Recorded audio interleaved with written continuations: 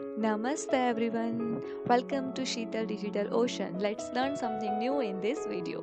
ये वीडियो में हम देखेंगे कि स्टैटिक वेरिएबल किसे कहते हैं, स्टैटिक वेरिएबल हम प्रोग्राम में कैसे यूज़ कर सकते हैं। स्टैटिक वेरिएबल है ना, जब भी आप क्रिएट करते हो तो उसके लिए एक ही मेमोरी ऑक्यूपाइड होती है। कि सपोज आपने एक वेरिएबल स्टैटिक ए दे दिया है तो ये उसकी ये मेमोरी फिक्स हो गई। अब जब भी आप कोई भी चेंजेस करोगे ना तो वो सारे चेंजेस यहाँ पे ही होंगे, यही मेमोरी ब्लॉक के अंदर होंगे, वो दूसरा मेमोरी ब्लॉक यूज़ नहीं करेगा। ओके अब सेकेंड पॉइंट है कि स्टैटिक वेरिएबल को अगर आप इनिशियलाइज नहीं करते हो तो वो ऑटोमेटिकली किससे इनिशियलाइज हो जाएगा, जीरो से। किससे इनिशियलाइज हो जाएगा, जीरो से। अगर आप इनिशियलाइज नहीं करते हो तो आप स्टैटिक वेरिएबल को कहीं पे भी डिक्लेयर कर सकते हो, फंक्शन के अंदर भी और फंक्शन के बाहर भी यूज कर सकते हो। स्टैटिक वेरिएबल तब तक जिंदा रहता है जब तक आपका प्रोग्राम एग्जीक्यूट होता रहता है। मतलब थ्रू आउट दी प्रोग्राम में ये पॉइंट आप याद रखना कि थ्रू आउट दी प्रोग्राम जो भी है तो उसमें स्टैटिक वेरिएबल की मेमोरी एक ही बार ऑक्यूपाइड हो जाएगी। जैसे ही ये मेमोरी ऑक्यूपाइड हो गई फिर उसको दूसरी मेमोरी अलोकेट हम नहीं कर सकते। अगर आपने इसको कोई भी वैल्यू इनिशियलाइज नहीं की है तो डिफॉल्ट वैल्यू क्या हो जाएगी, जीरो हो जाएगी। ओके इसको आप कहीं पे भी इनिशियलाइज कर सकते हो, फंक्शन के अंदर भी और फंक्शन के बाहर भी। अब नेक्स्ट क्वेश्चन ये आता है कि हम स्टैटिक वेरिएबल को इनिशियलाइज कैसे करें, राइट तो स्टैटिक वेरिएबल को इनिशियलाइज करने के लिए या डिक्लेयर करने के लिए ये जो है ना, ये तो आपको सबको पता है कि ये वेरिएबल डिक्लेरेशन है, राइट। ये हमने क्या किया, वेरिएबल डिक्लेरेशन। उसके आगे क्या लिख देना है, सिंपली स्टैटिक। उसके आगे लिख देना है स्टैटिक। तो ये जो वेरिएबल एक्स है वो क्या हो गया, स्टैटिक वेरिएबल हो गया। अब आपको ये दिमाग में आएगा कि मैम ये स्टैटिक वेरिएबल है, उसका यूज क्या है। तो स्टैटिक वेरिएबल आपको वहां पे यूज करने हैं जहां पे आपको वेरिएबल है ना उसको एक ही बार मेमोरी मिले। फॉर एग्जाम्पल आपको ये काउंट करवाना हो कि पर्टिकुलर कोई एक फंक्शन है वो कितनी बार आपने कॉल करवाया है, तब आप क्या यूज करोगे, स्टैटिक वेरिएबल। तो हम ये प्रोग्राम में देखते हैं कि ये स्टैटिक वेरिएबल हम प्रोग्राम में कैसे यूज कर सकते हैं। तो यहाँ पे आप new file static dot C बना देना। यहाँ पे हम लिख देते हैं मेन फंक्शन एंड देन यहाँ पे हम लिखते हैं has include studio dot H.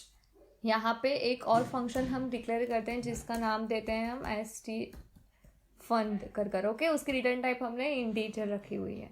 तो यहाँ पे अगर हम सपोज लिखते हैं print F percentage D and यहाँ पे फन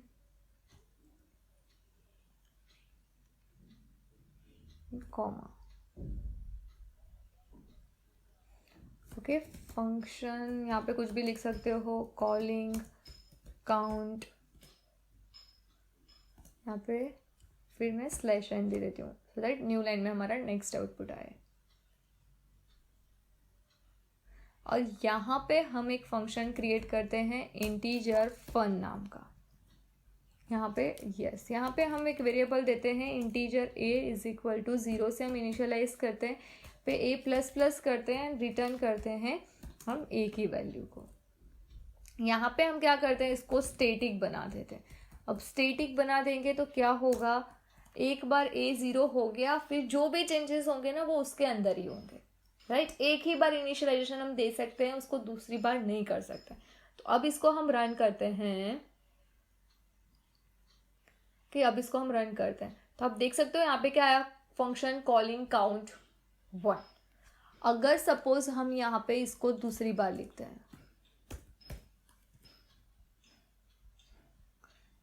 तो आप देख सकते हो function calling count 1, function calling count 2। अगर मैं यहाँ से स्टैटिक हटा दूंगी, सिर्फ नॉर्मली कर देते हैं, तो अब आउटपुट देखो तो क्या हुआ, 1 1 ही आया। उसने क्या किया, फिर से 0 से इनिशियलाइज किया, फिर से इंक्रीमेंट कर दिया।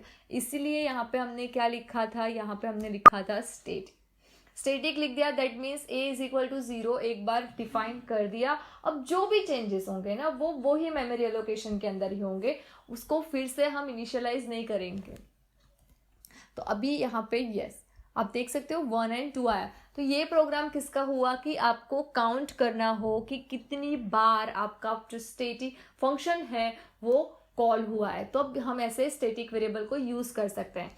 तो सिंपली क्या करेगा, इस प्रोग्राम में एग्जीक्यूट करोगे तो मेमोरी ब्लॉक में ये a इज इक्वल टू 0 जो है ना वो दे दिया, फिर a प्लस प्लस होगा जब आप कॉल करोगे, यहाँ पे फन को कॉल किया तो यहाँ पे a प्लस प्लस होकर रिटर्न दी हमको 1 वैल्यू।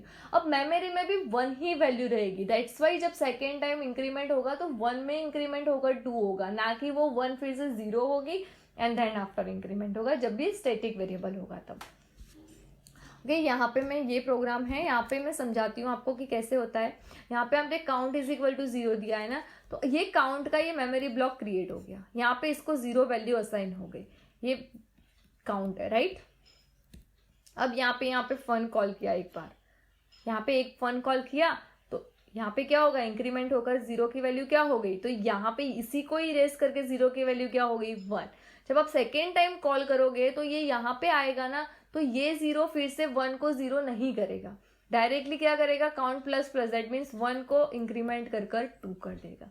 तो स्टैटिक वेरिएबल में पहला ही पॉइंट हमने देखा था कि एक ही बार मेमोरी अलोकेट करेगा, फिर जो भी चेंजेस है वो उसके अंदर ही होते जाएंगे राइट। उसको दूसरी बार कोई मेमोरी देने आने वाला नहीं है, जो भी मेमोरी है वो एक बार दे दी, अब जो भी चेंजेस होंगे वो उसके अंदर ही चेंजेस होंगे।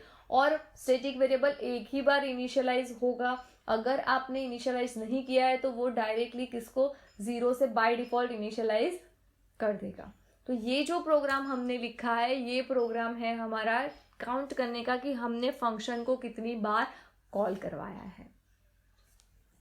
होप आपको ये स्टैटिक वेरिएबल क्या है समझ में आया होगा। अगर आपको स्टैटिक वेरिएबल में कोई भी डाउट है तो आप कमेंट करो, हम आपके सारे डाउट को सॉल्व करने में आपकी हेल्प करेंगे। Thank you for watching this video. See you guys in the next video.